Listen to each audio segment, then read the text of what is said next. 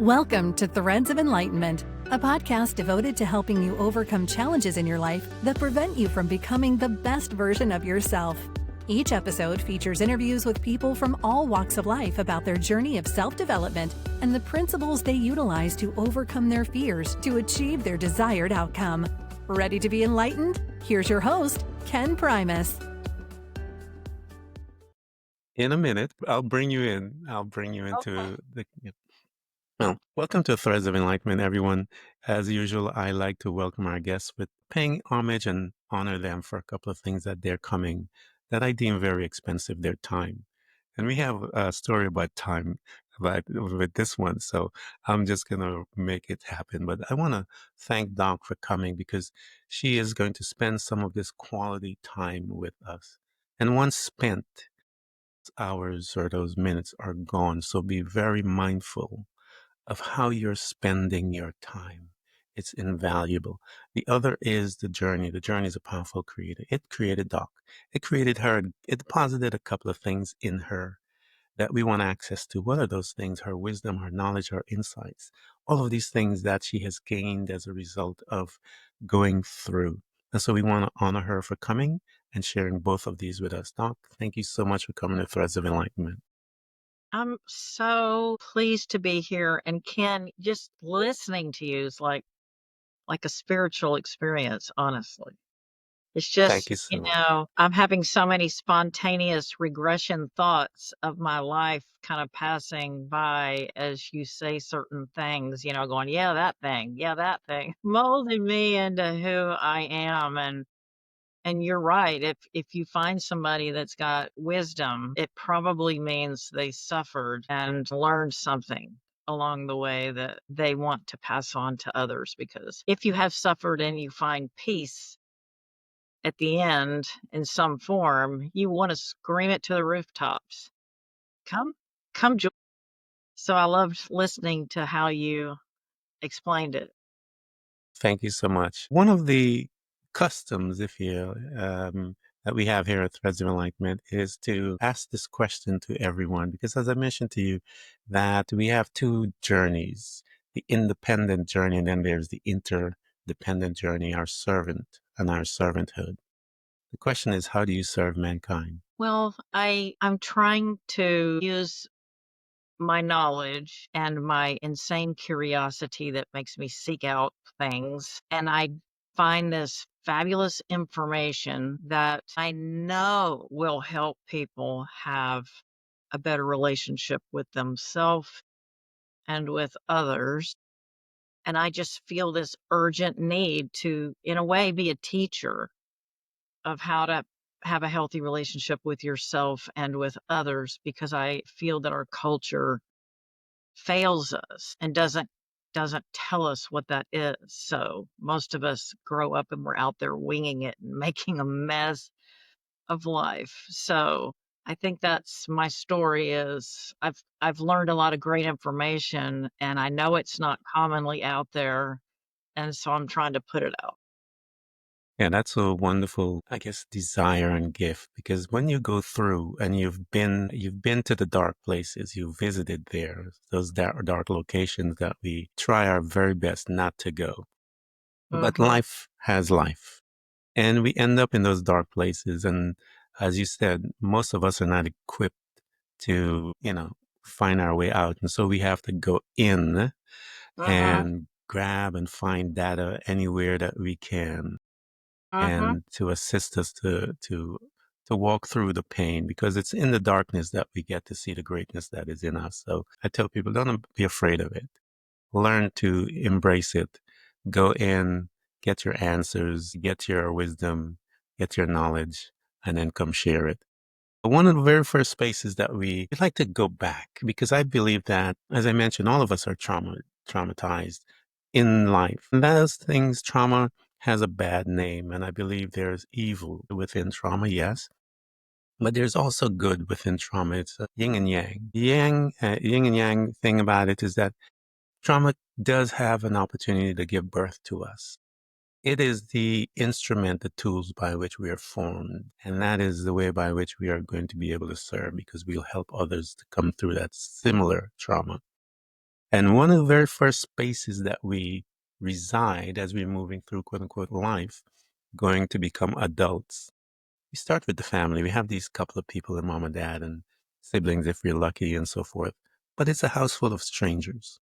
What was your family like? My Lord. Well, I was the youngest of 5, and my 2 oldest siblings were 16 and 17 when I was born and going off to college. So I have 0 memories of ever living with them Wow. at home. They were more like parent figures, and I adored them, but they weren't like true siblings. And then I had a middle sister who wasn't around much, and then I had one that was 6 years older than I was, and she bullied me my entire childhood. So that was my experience. Is my parents had a crazy marriage. They were busy thinking about themselves, I think, and so I feel like I was not protected, or I was not seen or protected from this person who had it out for me. And I actually asked her when we were, let's say 30 and 40 years old, why did you terrorize me so much? And she said, when you were 4 years old, you tattletaled on me, and I told myself in that moment, I'm going to dedicate myself to making your life miserable, and so that's what I did. And Wow, what a noble she assignment. really has she's in her 70s now, and we don't have a relationship anymore, and it never stopped. It never stopped. It just went on and on. We had kind of had a love-hate relationship, so she was probably my greatest teacher. But my family was all about shallow ego things, like, hang out with prominent people, hang out with people who have money, be the most beautiful person, be the thinnest woman, and, marry the best guy. And so I spent the first part of my life being influenced by them and trying to please them and conform to this thing that got their approval and their applause. So, I started off life getting married to men that fit what they thought I should be doing. So that conforming on the front end is where I started having the suffering and the trauma, and eventually had kind of a wake up call where I'm like, what the heck am I doing? This doesn't seem right. It didn't feel right anymore. Started having panic attacks and depression and really severe panic attacks and body pains and stuff. And I started seeking answers and finally ended up at a counselor's office because they couldn't find anything physically wrong with me. And I began my journey of exploration, and what I learned there blew my mind.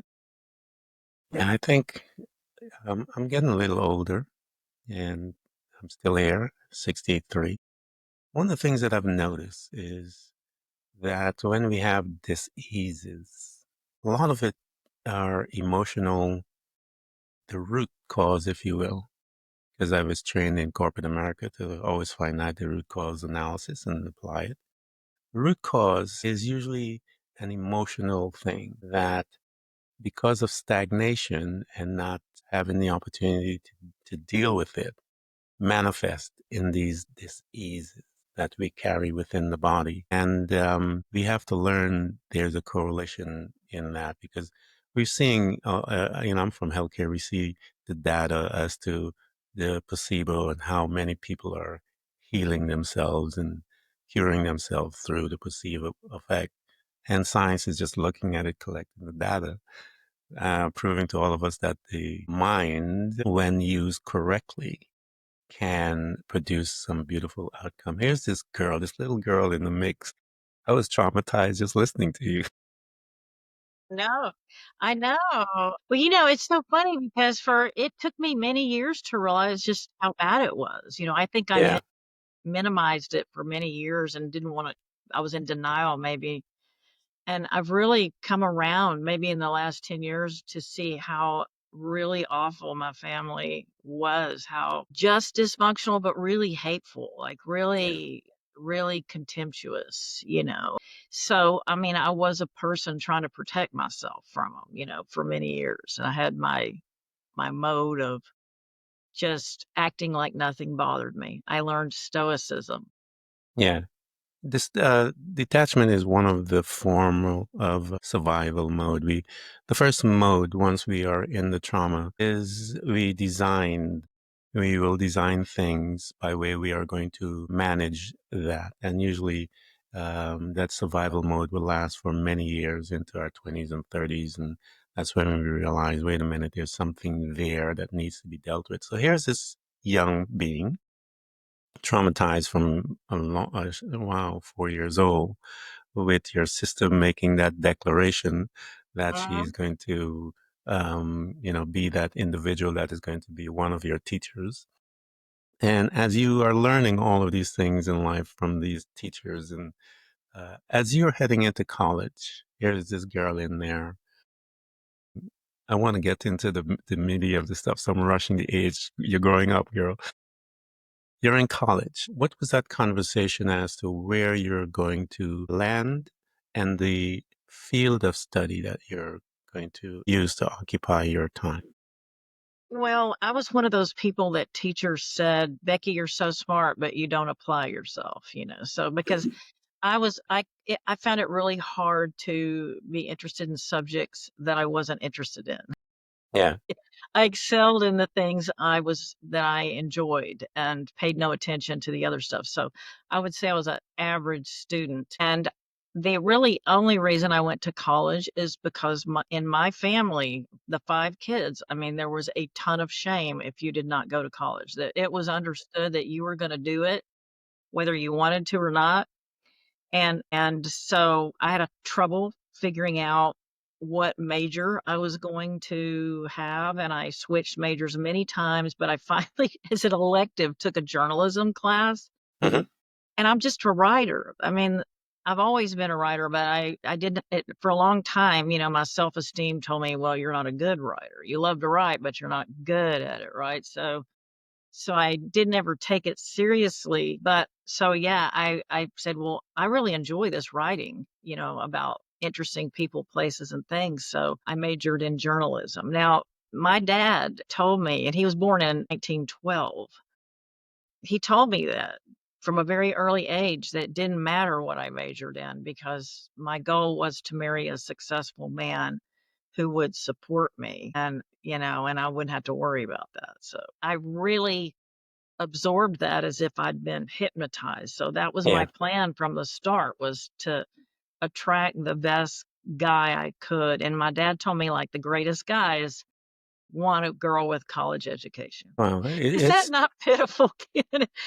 I'm embarrassed even describing it. It's so pitiful. no, I think it's part of the program, though, Doc. It is a part of the program of the world, the programmers. We have many different programmers. We have the religion, we have society, we have the educational system, we have the micro programming amongst the family, the sibling.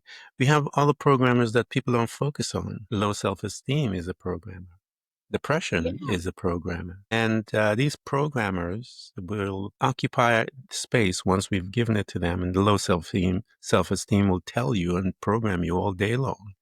You're not yeah. good. There's no Depression will doubt. program you long into, so there are other programmers that we are not aware of as we are moving through life. We just focus on those big ones. But here you are, this girl was programmed by dad. This is the Oh, way how you're gonna do it. And she believed the program, she accepted it, you went to school, you met this gentleman and you're married. How was that going with your program in life? As the you got first everything that dad said. Well, the first guy I married, I'd been dating boys, and they had taken me to, like, Popeye's Chicken for dinner, Hmm. and McDonald's. And I moved to San Francisco after college, and I met a guy through my first job, and he wined and dined me. He took me to a nice restaurant and Well, ordered a there he bottle of is. wine, and he wasn't borrowing his parents' car. He had his own really nice car and a Hmm. really good job. So I'm still going like, "Whoa, like, this is the best, man I've ever been able to attract." And he came from, a really prominent family in Florida, and I'm thinking, he's kind of cute. Mhm. And so I'm just thinking, maybe I really didn't think I could attract a great guy back then. Yeah. And so I kind of thinking I better grab this while I can. But very early into it, he started cheating on me, and it was a makeup breakup thing, and it caused me a lot of pain. And I kept trying to wean myself off of him like a love addiction or something. And finally, I broke up with him and managed to stay away from him for 4 or 5 months, and I'm thinking, like, I'm over the hump. I got this man out of my life, and then he came back and love bombed me and asked me to marry him, and I did it. But I also realized in the 6-month engagement process that I didn't feel the same about him anymore. But my part of my personality programmed by my family to have this certain kind of guy, and also in the Southern Arkansas back then, I was 24 years old, and there was some pressure to be married by a certain age or you're considered a loser. It was really the cultural stuff was kind of pushing on me, and so I married him thinking this is the best I can do, so I need to do it, and we were married 16 months.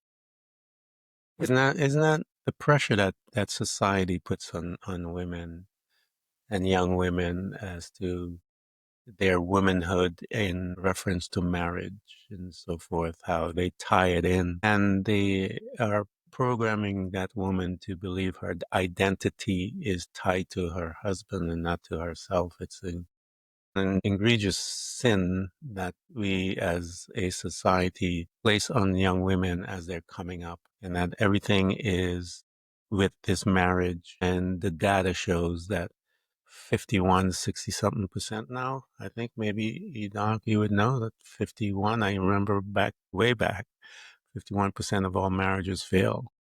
That's a serious amount of data. This was a long time ago. I didn't know it now. There's really no solid statistics on the percent. The the accurate numbers on divorce are how many divorces per 1,000 in the population is the most accurate way. And then the problem in the United States is that not every state reports every year. So you just have this mishmash of like the state where I live, Arkansas, has maybe the second highest divorce rate in the United States because a lot of people here are blue collar people that a lot didn't finish high school and they get married very, very young and start having children very young. And then obviously their children starting out life and don't know who they are or anything like that. And they end up divorced. So yeah, the culture definitely, got me into the mess that I was in and the pressures and stuff. And that was I was still conforming in the 1980s, and trying to follow the program that my Mhm. family had set out for me. So I was doing a pretty good pretty good job of it. But I remember walking down the aisle to marry that man, telling myself, like, I got to get the hell out of here. I don't want to be doing this. I don't love him. And so that was one of my first lessons is don't marry someone you don't love. I mean, have the courage to call off the wedding. if you're, Yeah. if you're, but I actually went to a family member the night before the wedding and said, I help me, like, I don't want to marry him. This is a terrible mistake. Help me, get me out of here. And she said, no, people have bought their clothes and they've flown in and they're in the hotels and you can't call it off now. You just have to marry him and, stay married a decent amount of time and then you can leave with respect. As you left with respect 18 months later, as they say, and you began to navigate life now, here's this woman who has been obedient to the programmer's dictation for years. And now coming out of that divorce, you are no longer listening to the programmers. You're beginning to have some autonomy where you're looking at self and self-preservation.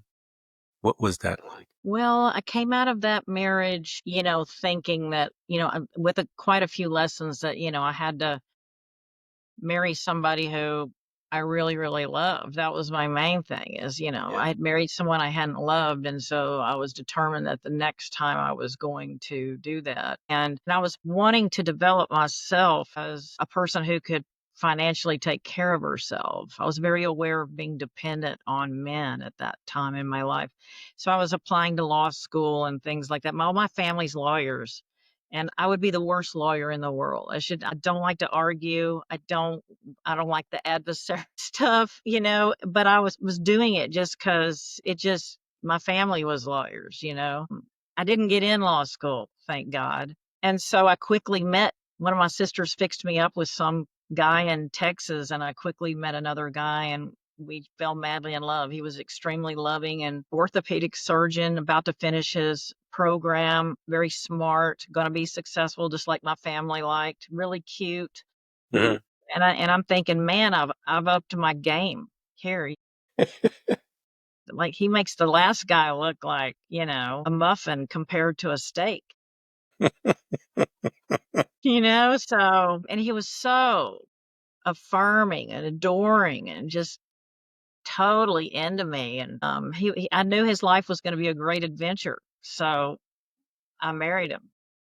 Excellent. So here you are. Talk to us as to when you started diving in, if you will, to get to know this wonderful being by the name of Becky. What did that look like when you began to excavate all the pain that took place from this young girl being 4 years old all the way through the 18-month experiment and all the different things that she had gone through in her life? But this time she is really looking inward. What caused you to do that?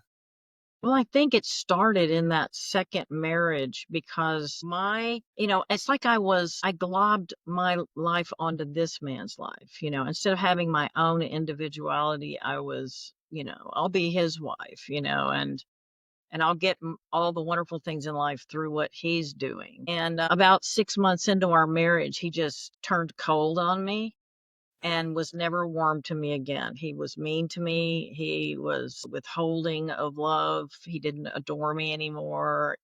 He didn't want to give me affection. He was critical of me.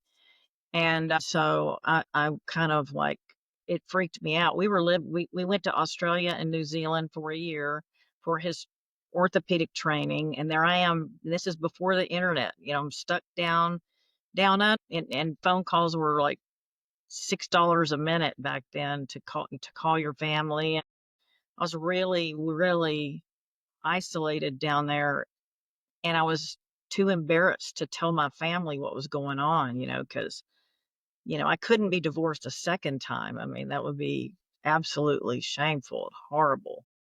So that's when I started having depression, body pains, you know, panic attacks, and to the point where, like, sometimes I couldn't even get off the couch to get the food out of the oven. The food would just be in the oven burning, and I couldn't get off the couch to get it off.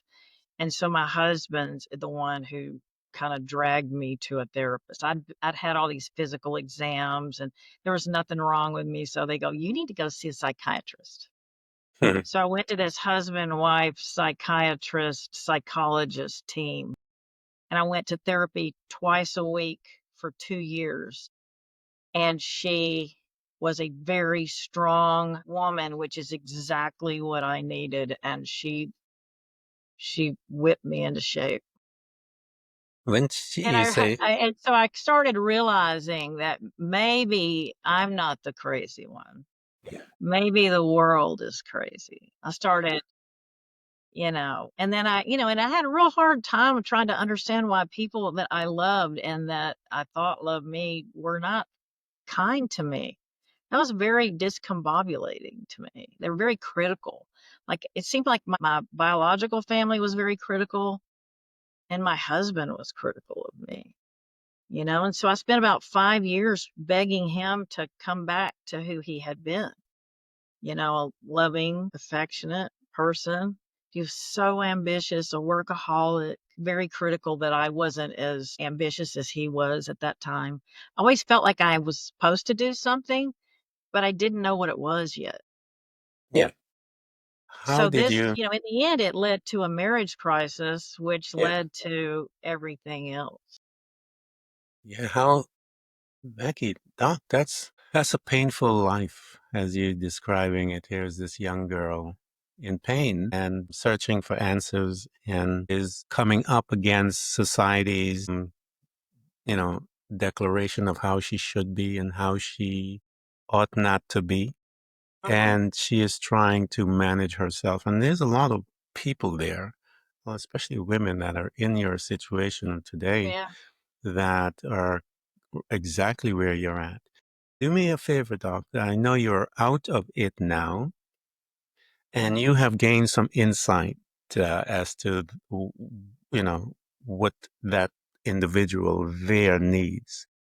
Can you speak to that right now? Because there, as I said, there are lots of women there, but you have walked through, you're out now. And so you can look back and you see Becky there in her state and talk to her as to what, give her some guidance, if you will, for that. I think Becky had been harshly judged by her family, and so was full of toxic shame. You know, Becky didn't think she was good enough. Becky thought she was defective. Becky thought there was something wrong with her. Becky didn't feel like she fit in. My sister had programmed me to believe that everyone immediately hated my guts when they met me. So that was a huge obstacle to come to get over, because I really feel like for a long time I entered a room as if I was a gargoyle, you know, and I was hiding from people because I knew that I was something they didn't want to experience, you know. I was really had bought into those kinds of feelings.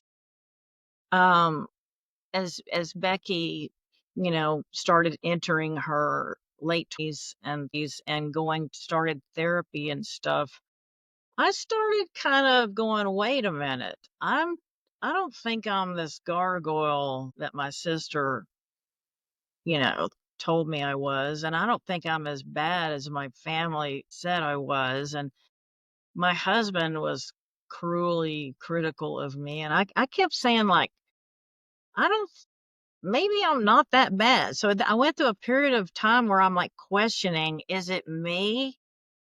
Is it them? Or is there something wrong with me and with them?" Yeah. Yeah. So the thing is, I went to some workshops and stuff, you know, as my second marriage was failing. And these were those kind of weekends that you spend where they just hammer you over the head and take away all your fears. Cause I was full of shame and fear and afraid to put myself out there. And so I went to this weekend thing where they just ripped that off of me, and I came out of there, like, ready to show up, and I don't care what you think of me, I'm going to be myself now, and you'll either like it or you won't, and I'm gonna go with that organic weeding out process. So this is when I came out, and with a determination to be myself. And I never went back from that. But this was a period of time when my family was saying things to me like, "We don't like new Becky. We want old Becky back." And I was like, "If you don't like new Becky, then you don't like me." Yeah. Isn't I that? wasn't conforming anymore, wasn't going along with their program anymore, you know, so Yeah, but that's a beautiful description of birth, as messy as it is. It is beautiful. And when one makes that transition and see truth, as I said earlier, is the truth that sets us free. When we begin to see the truth about ourselves and what we know to be true and honorable. And once we get that revelation, a lie like what your parents and your family are saying to you, it doesn't resonate anymore because you have been exposed to the truth, and the truth will set you free.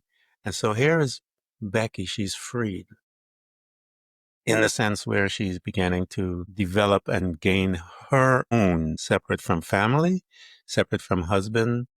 She is gaining her own identity, if you will. As she's beginning to do that, talk to us as Becky.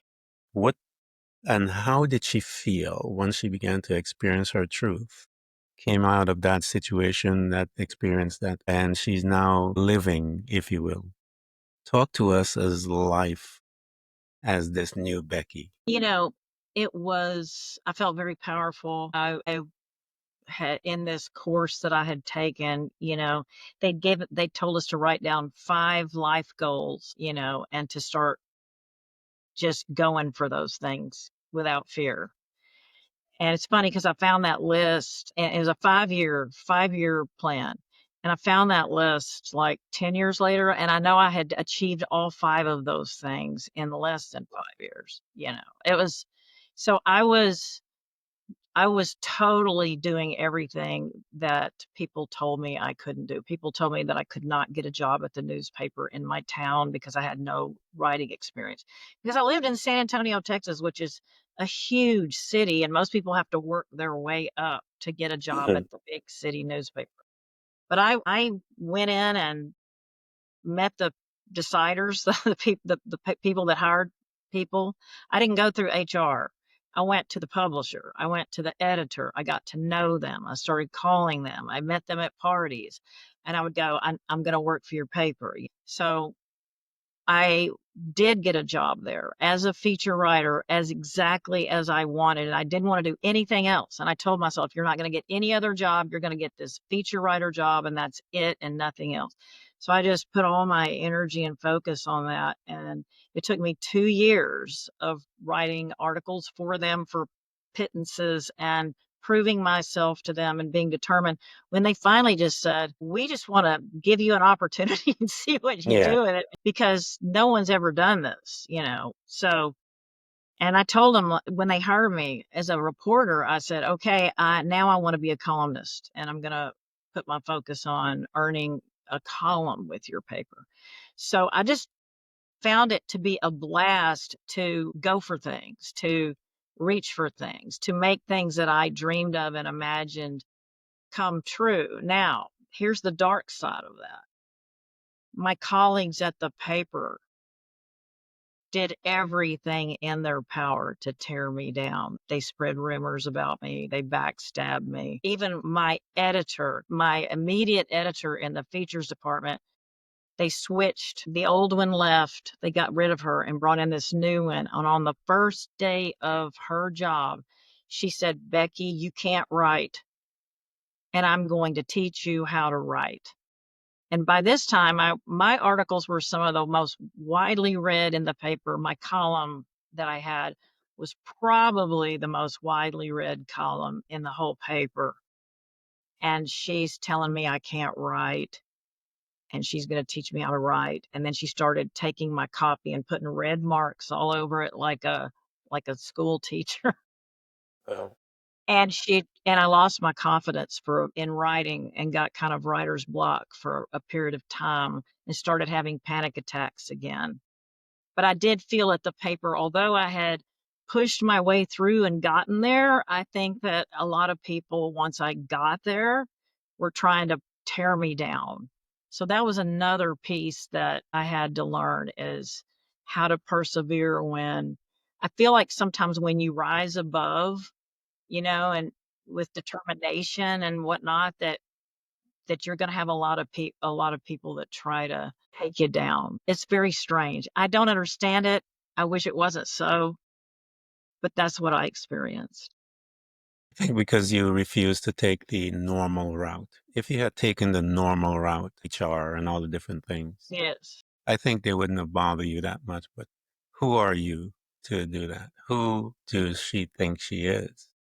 And here is a person who is manifesting. Doc talked about how she manifested and the work that she had to put in order to manifest. People believe that a lot of people want to manifest things, but they just expect it to just drop on their head. That's not how manifestation works. It's a cooperation between you and the universe, if you will. And as you're engaged in this conversation with you, people say the universe, I say God. As you are in communication, working and balancing behind the scenes that you and I don't get to see, and that is the working amongst people's hearts, their core being.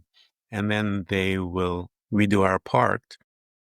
And then, the doors began to open. And those that didn't take that route are very jealous. Not everyone is happy with your success and the way you manifest stuff. There are always people that will come at you because that's who they are. They're little undeveloped beings. And because they are that, they do what they do. So here you are, Doc. You are now doing your thing, you're writing your paper and so forth. How did it begin to navigate towards the books and becoming a writer? You're doing your column. And I read that one of your columns was a precursor to, those that TV show with all those women Sex in and it. the City. Yeah, Sex in the City. And so as you're pushing through, there's this 4-year-old girl that is now here writing and producing columns that people are looking at. The damage as she was, she's now doing things. How did it navigate to becoming an author? How did you move to that part of your life? Well, I had a couple more lessons to learn. At 5 years after my divorce with my kids' dad, now in the I got the job at the paper right after my divorce from my kids' dad. And when I got the divorce from my kids' dad, I had the marriage crisis.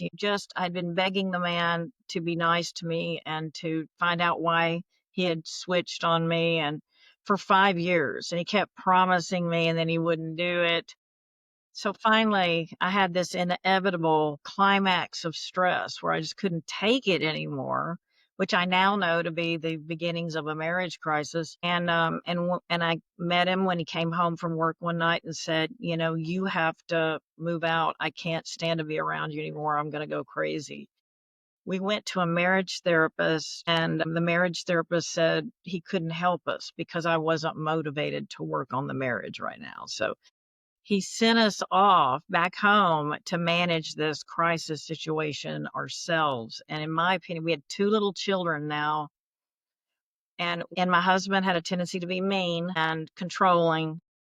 And so, that amplified. He was very mean and controlling during this crisis and pressuring me to make a decision, or he was going to get rid of me, or blah, blah, blah. We ended up divorce, and I had to kind of fend for myself after that, with me and my 2 kids, single mom, going out there. And the good thing that came from that is when I went to the newspaper, I started forming my own identity as Becky instead of Yeah. being someone's wife, so that was good. But 5 years after that divorce, I remarried another prominent man, like so prominent that once again, I bettered myself.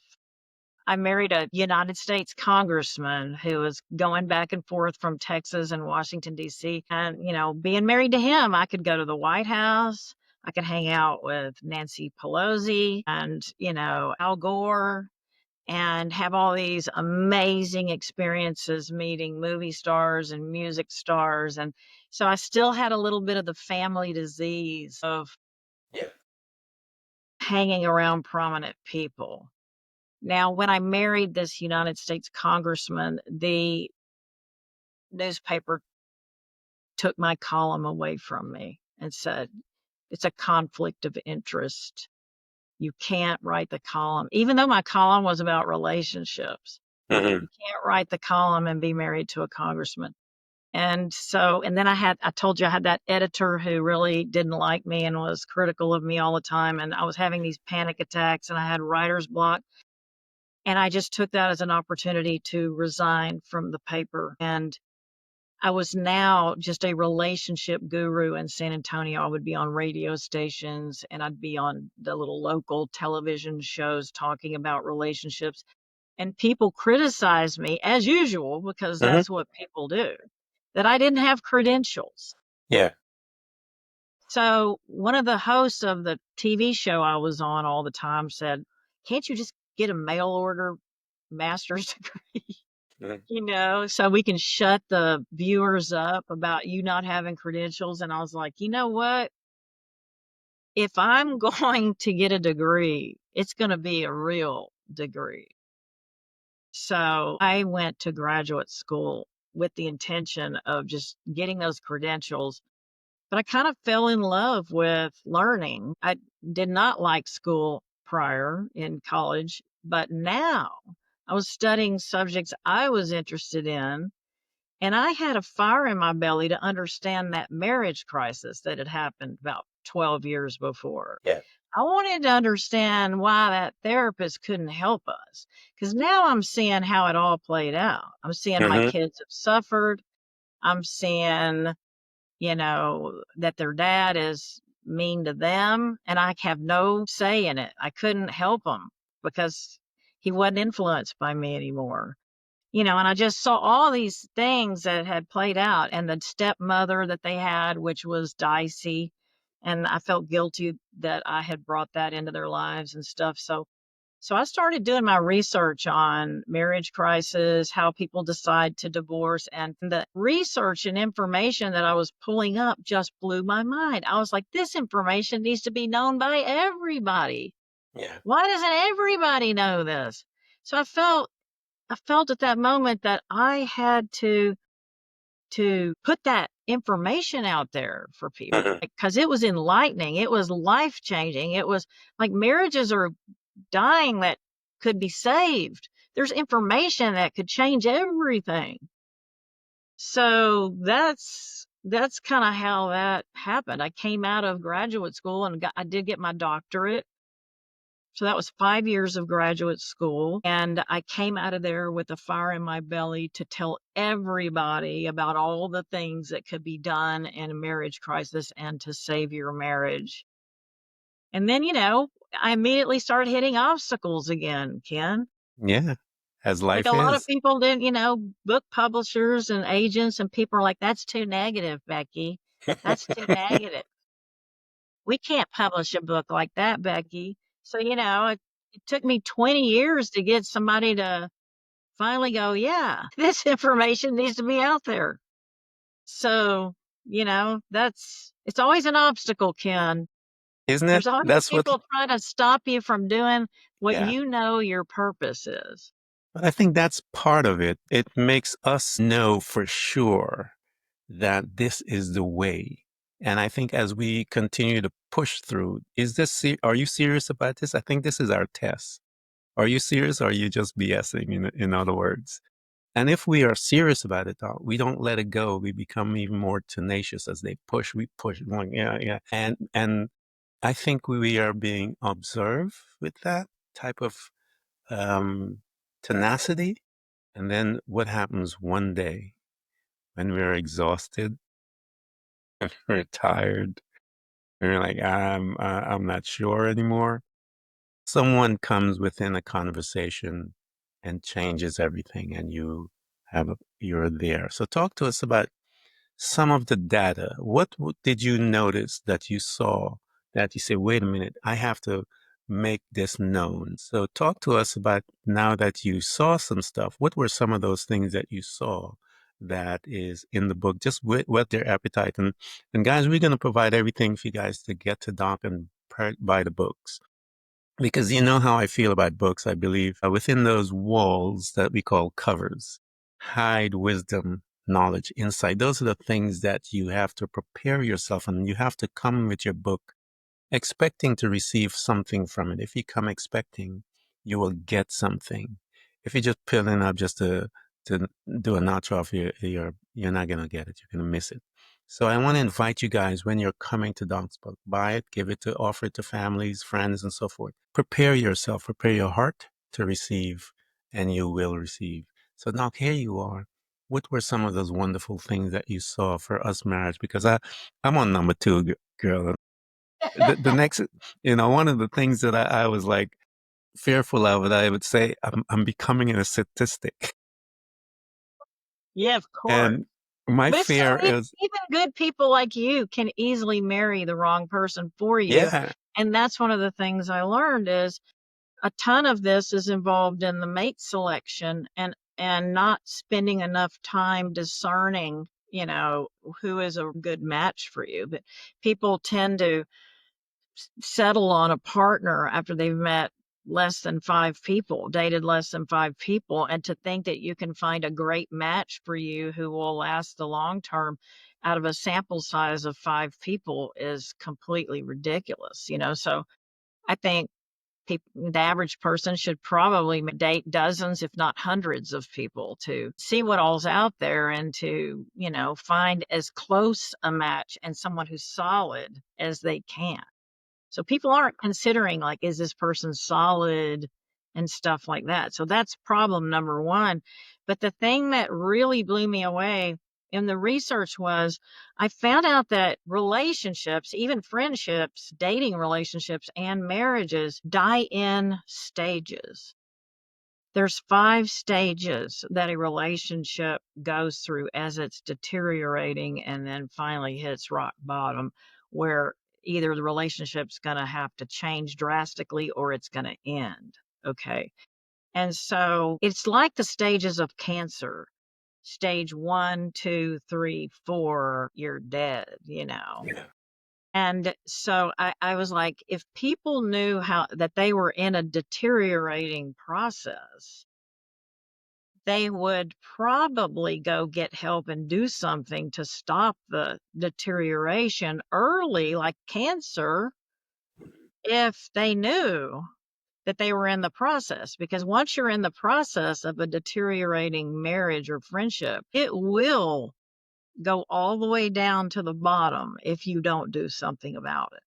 It is inevitable that once you enter the process, it's going to continue a downward slide. In my book, I'm telling people, okay, here's the 5 stages. And when it gets to stage 2, that is when you go, wait a minute, we got to get help. You got to tell your spouse that you're at stage 2, that you're struggling, and you got to go get professional help right there.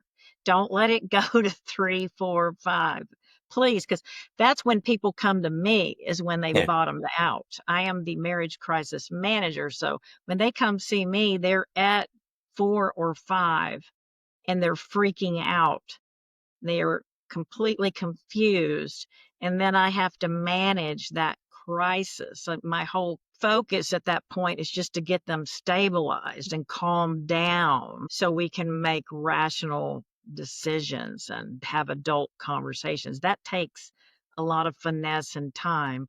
Yeah, and here's the other thing I learned is that in most cases, the person who's really unhappy, that's going to be the one that speaks out eventually, they keep the extent of their unhappiness a secret.